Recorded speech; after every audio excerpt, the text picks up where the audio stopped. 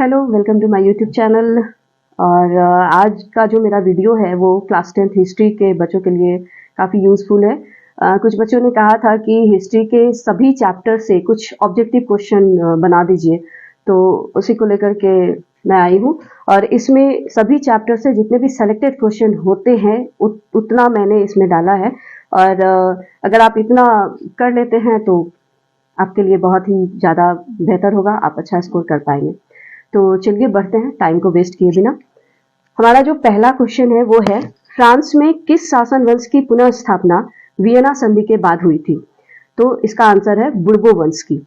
Mazzini का संबंध किस संगठन से था? मेजनी का संबंध कार्बोनरी संगठन से था। इटली और जर्मनी के एकीकरण के विरुद्ध कौन सा देश था? इटली और जर्मनी के एकीकरण के विरुद्ध ऑस्ट्रिया था। गैरिबोल्डी पेशे से क्या था? तो नाविक था। जर्मन राइन राज्य का निर्माण किसने किया था? जर्मन राइन राज्य का निर्माण नेपोलियन बोनापार्ट ने किया था। रक्त और लौह की नीति का प्रतिपादन किसने किया था? तो इसका आंसर बिस्मार्क है। फ्रैंकफर्ट की संधि कब हुई थी? 1871 ईस्वी में हुई थी। यूनान को कब और किस संधि के द्वारा एक स्वतंत्र राष्ट्र घोषित किया गया था? यूनान को 1832 ईस्वी में कुस्तुनतुनिया की संधि के द्वारा स्वतंत्र राष्ट्र घोषित किया गया था। एड्रियानोपल की संधि कब हुई थी? एड्रियानोपल की संधि 1829 ईस्वी में हुई थी। यंग इटली और यंग यूरोप की स्थापना किसने की थी? तो जोसेफ मेज़नी ने की थी। जॉलवेराइन की स्थापना किस देश के पहल पे हुई थी? जॉलवेराइन की स्थापना प्रशा के पहल पर हुई थी। मारियान किस देश के राष्ट्रवाद का प्रतीक था? मारियान फ्रांस के राष्ट्रवाद का प्रतीक था। यूरोपीय सभ्यता का पालना किसे कहा जाता था? यूरोपीय सभ्यता का पालना कहा जाता था यूनान को। एक्ट ऑफ यूनियन किस वर्ष पारित हुआ था? एक्ट ऑफ यूनियन पारित हुआ था 1707 ईस्वी में। नेपोलियन संहिता किस वर्ष लागू की गई थी? 1804 ईस्वी में। यूरोप का मरीज किसे कहा जाता है? यूरोप का मरीज तुर्की को कहा जाता था। राष्ट्रवाद की अवधारणा का जन्म किस घटना से माना जाता है? राष्ट्रवाद की अवधारणा का जन्म फ्रांस की क्रांति की जो घटना हुई थी उससे माना जाता है। किस युद्ध के बाद जर्मनी का एकीकरण हुआ था? सेडन का युद्ध। मेटरनिक कहाँ का चांसलर था? ऑस्ट्रिया का। अब आगे बढ़ते हैं हम लोग। सेकेंड चैप्टर जो भारत में राष्ट्रवाद है उससे कुछ क्वेश्चन को लिया है मैंने। चलिए बढ़ते हैं।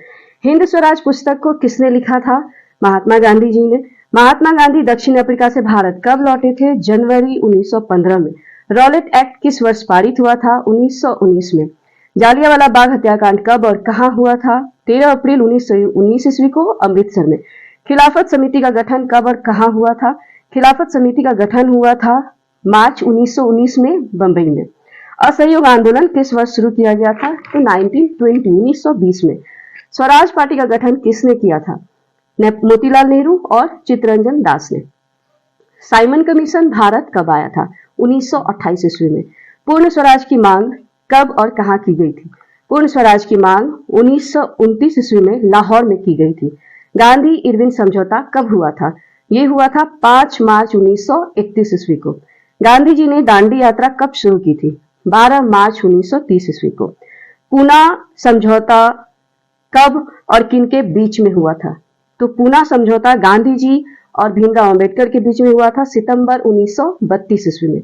इनलैंड एमिग्रेशन एक्ट कब लागू किया गया था? ये लागू किया गया था 1859 में, 1859 ईस्वी में। दलित वर्ग एसोसिएशन का गठन कब और किसने किया था? दलित वर्ग एसोसिएशन का गठन किया गया था 1930 ईस्वी में डॉक्टर भीमराव अंबेडकर के द्वारा। वंदे मातरम गीत किसने लिखा था? बंकिम चंद्र चट्टोपाध्याय ने। वंदे मातरम को किस उपन्यास में शामिल किया गया था? आनंद मठ में। तुर्की में खलीफा पद की समाप्ति कब हुई थी? तो ये हुआ था 1924 ईस्वी में। महात्मा गांधी के राजनीतिक गुरु कौन थे? गोपाल कृष्ण गोखले। नेहरू रिपोर्ट किस वर्ष प्रस्तुत किया गया था? 1929 में, 1929 में। नमक कानून को कब भंग किया गया? 6 अप्रैल 1930 ईस्वी को। खिलाफत आंदोलन कब और किसके द्वारा शुरू किया गया? 1919 में शौकत अली और मोहम्मद अली के द्वारा शुरू किया गया था। भारतीय राष्ट्रीय कांग्रेस की स्थापना कब और किसने की? 1885 ईस्वी में हुआ था। भारतीय राष्ट्रीय कांग्रेस की स्थापना हुई थी और A.O. ह्यूम ने की थी। उसके एशिया को यूरोप और उत्तरी अफ्रीका से जोड़ने वाले मार्ग को क्या कहा जाता है? उसे सिल्क मार्ग कहा जाता है। दक्षिण अमेरिका में एल डोराडो क्या है? तो किंवदंतियों के अनुसार सोने का शहर। लगभग 500 वर्ष पहले किस फसल के बारे में हमारे पूर्वजों को ज्ञान नहीं था? तो वो है आलू। कौन से दो आविष्कारों ने 19वीं सदी के विश्व में परिवर्तन कर दिया? भाप इंजन और रेलवे। किस देश के पास अंतर्राष्ट्रीय मुद्रा कोष और वर्ल्ड बैंक में वीटो का प्रभावशाली अधिकार प्राप्त था? वो था संयुक्त राज्य अमेरिका के पास। अमेरिका महाद्वीप की खोज किसने की थी? क्रिस्टोफर कोलंबस ने। उस यूरोपीय देश का नाम बताइए जिसने अमेरिका पर विजय प्राप्त की थी? तो वो स्पेन था। भूमंडलीकृत विश्व के बनने में मदद देने वाले कोई 3 कारक का नाम बताइए? व्यापार, श्रम और पूंजी। होसे मेला का आयोजन कहाँ किया जाता था? तो ये किया जाता था त्रिनिदाद में। ब्रेटन वुड्स की जुड़वा संतान किसे कहा जाता है? ब्रेटन वुड्स की जुड़वा संतान कहा जाता है अंतर्राष्ट्रीय मुद्रा कोष और विश्व बैंक को। बृहत उत्पादन व्यवस्था किस देश में आरंभ हुई थी? तो ये व्यवस्था, बृहत उत्पादन व्यवस्था जो है, ये शुरू हुआ था अमेरिका में। रिंडरपेस्ट क्या है? तो रिंडरपेस्ट पशुओं में होने वाली बीमारी का नाम है। असेंबली लाइन की अवधारणा को किसने अपनाया था? हेनरी फोर्ड ने। गिरमिटिया किसे कहा जाता है? जो अनुबंधित मजदूर होते हैं उन्हें कहा जाता है। ब्रेटन वुड्स सम्मेलन किस वर्ष हुआ? तो ब्रेटन वुड्स सम्मेलन हुआ था 1944 में। ब्रिटेन में मक्का के आयात पर जिस कानून के द्वारा पाबंदी लगाई गई थी उसे क्या कहते हैं? तो उसे कहते हैं कॉर्न लॉ। औद्योगिक क्रांति सर्वप्रथम कहां हुई थी? इंग्लैंड में। उसके बाद जो नेक्स्ट क्वेश्चन है वो है हमारा, पहली कपड़ा मिल कब और कहां स्थापित की गई थी? तो 1854 ईस्वी में मुंबई में। स्पिनिंग जेनी मशीन का आविष्कार किसने किया था? जेम्स हारग्रीव्स ने। स्टेपलर्स और फूलर्स किस व्यवसाय से जुड़े हुए हैं? तो सूती वस्त्र जो उद्योग व्यवसाय है उससे जुड़े हुए हैं। 17वीं शताब्दी में भारत के प्रमुख बंदरगाह कौन कौन से थे? सूरत, हुगली और मछलीपट्टनम। भारत में पहली जूट मिल कहां स्थापित की गई थी? तो बंगाल में। 1928 के जो 1928 के जो ग्राइप वाटर होता था, जो बच्चों को दिया जाता था, उसके कैलेंडर पर किस भगवान का चित्र अंकित होता था? तो उसपे होता था कृष्ण के बाल रूप का, यानी बाल कृष्ण का चित्र अंकित होता था। द्वारकानाथ टैगोर कौन थे? द्वारकानाथ उद्योगपति थे। 19वीं शताब्दी में ब्रिटेन में सबसे गतिशील उद्योग कौन सा था? कपास और धातु का। इटी पॉल म्यूजिक कंपनी ने किस वर्ष संगीत की एक किताब प्रकाशित की थी? 1900 ईस्वी में। फिनिशिंग सेंटर किसे कहा जाता है? लंदन को कहा जाता था। देवगानेर मर्ती आगमन उपन्यास को कब और किसने लिखा था? इस उपन्यास को 1880 ईस्वी में दुर्गाचरण रॉय ने लिखा था। किस शहर को मायापुरी कहा जाता है? बंबई को। The bitter cry of outcast London नामक पुस्तक को किसने लिखा था? एंड्रयू मियनर्स ने लिखा था। लंदन में किस वर्ष अनिवार्य शिक्षा कानून लागू किया गया था? तो ये किया गया था 1870 ईस्वी में। विश्व की सर्वप्रथम भूमिगत रेल का उद्घाटन कब किया गया था? ये किया गया था 10 जनवरी 1863 ईस्वी को।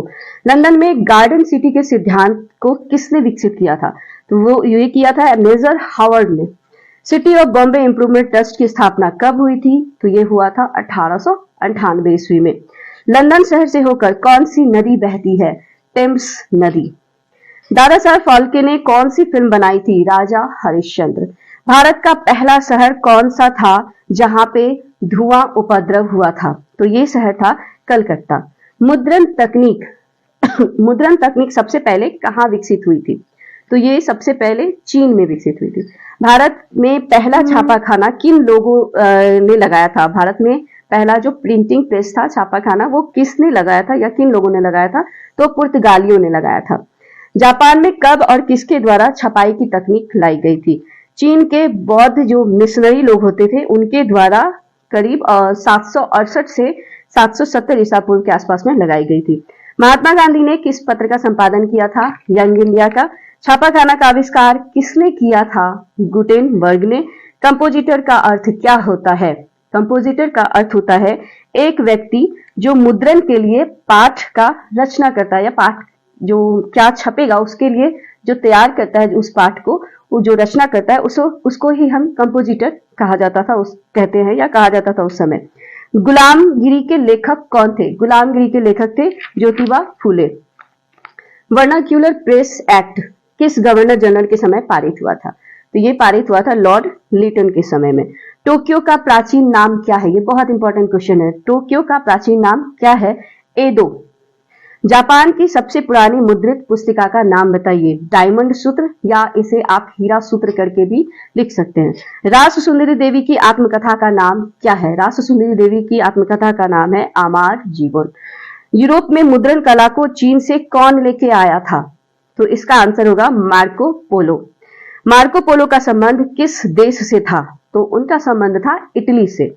वुड ब्लॉक प्रिंटिंग का आविष्कार किस देश में हुआ था? वुड ब्लॉक प्रिंटिंग का आविष्कार हुआ था चीन में।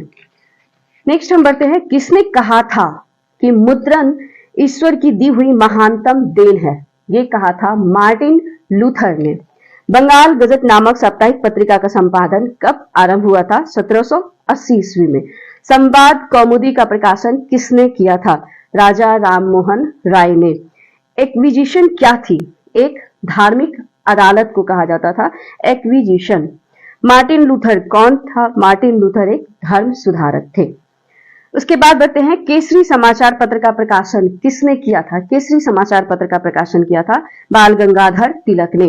वर्नाक्यूलर प्रेस एक्ट कब लागू किया गया था? तो ये लागू किया गया था 1878 में। एक्पेसिया किताब बेचने वाले को क्या कहा जाता था? एक्पेसिया किताब बेचने वाले को कहा जाता था चैपमैन। मुद्रण की सबसे पहली तकनीक कौन से 3 देशों से आई थी? तो ये आई थी चीन, जापान और कोरिया से। भारत में प्रेस का जनक किसे कहा जाता है? भारत में प्रेस का जनक कहा जाता है हिक्की को। रामचरितमानस के पहले संस्करण का प्रकाशन कब और कहां हुआ था? तो रामचरितमानस के पहले जो संस्करण था उसका प्रकाशन हुआ था 1810 ईस्वी में। ये कलकत्ता में हुआ था। लोकगीत का ऐतिहासिक आख्यान जिस गाथा के द्वारा सुनाया जाता था, जो लोकगीत होते थे उसका जो हिस्ट्री बताया जाता था वो एक गाथा के जरिए सुनाया जाता था। तो उस गाथा को क्या कहा जाता था? उस गाथा को कहा जाता था गाथा गीत। गैली क्या थी? ये एक धातुई एक फ्रेम टाइप का था, धातु का बना हुआ एक फ्रेम होता था जिसमें टाइप बिछा करके इबारत बनाई जाती थी। इसको आप ऐसे लिख सकते हैं कि यह एक धातुई फ्रेम थी जिसमें टाइप बिछाकर इबारत बनाई जाती थी। पश्चिमी यूरोप के 2 देशों का नाम बताइए जहां उपन्यास ने पहले जड़ें जमाई थी, जहां पे सबसे पहले उपन्यास आया था। वो था इंग्लैंड और फ्रांस में। गीत गोविंद की रचना किसने की थी? गीत गोविंद की रचना की थी जयदेव ने। हस्तलिखित पांडुलिपि लिखने वाले लेखक को क्या कहा जाता था? उनको कहा जाता था कातिब। और हमने ये भी पढ़ा था कि उनको सुलेखनवीस भी कहा जाता है। पामेला उपन्यास की रचना किसने की थी? पामेला उपन्यास की रचना की थी सैमुअल रिचर्डसन ने। टॉम जोन्स उपन्यास के रचनाकार कौन थे? तो टॉम जोन्स उपन्यास के रचनाकार थे हेनरी फील्डिंग। पिकविक पेपर्स के रचनाकार कौन थे? पिकविक पेपर्स के रचनाकार थे चार्ल्स डिकेंस। लियो टॉल्स्टॉय का संबंध किस देश से था? लियो टॉल्स्टॉय का संबंध था रूस से। जर्मिनल उपन्यास के रचनाकार कौन थे? जर्मिनल उपन्यास के रचनाकार थे एमिली न्यूलर। मेयर ऑफ कैस्टरब्रिज के लेखक कौन थे? मेयर ऑफ कैस्टरब्रिज के लेखक थे Thomas Hardy. Pride and prejudice के रचनाकार कौन थे? प्राइड एंड प्रेजुडिस के रचनाकार थे जेन ऑस्टिन। जंगल बुक आपने सुना होगा। जंगल बुक उपन्यास को किसने लिखा था? जंगल बुक उपन्यास को लिखा था रुडयार्ड किपलिंग ने। भारत के आरंभिक उपन्यास किस भाषा में लिखे गए थे? भारत के आरंभिक उपन्यास लिखे जाते थे बंगाली और मराठी में। उसके बाद मुक्तमाला उपन्यास के रचनाकार कौन थे? मुक्तमाला उपन्यास के रचनाकार थे लक्ष्मण मोरेश्वर हाल्बे। परीक्षा गुरु ये एक उपन्यास है, उसके लेखक कौन है? उसके लेखक हैं श्रीनिवास दास। चंद्रकांता संतति के रचनाकार कौन थे? चंद्रकांता संतति के रचनाकार थे देवकी नंदन। सेवा सदन के रचनाकार कौन थे? सेवा सदन के रचनाकार ज्यादातर लोगों को पता ही होगा, प्रेमचंद थे। दुर्गेश नंदिनी के रचयिता कौन थे? दुर्गेश नंदिनी के रचयिता थे बंकिम चंद्र चट्टोपाध्याय। रंगभूमि का केंद्रीय चरित्र कौन थे? रंगभूमि का जो केंद्रीय चरित्र थे वो थे सूरदास। सुल्ताना का स्वप्न ये उपन्यास किसने लिखा था? सुल्ताना का स्वप्न इस उपन्यास को लिखा था रुकैया हुसैन ने।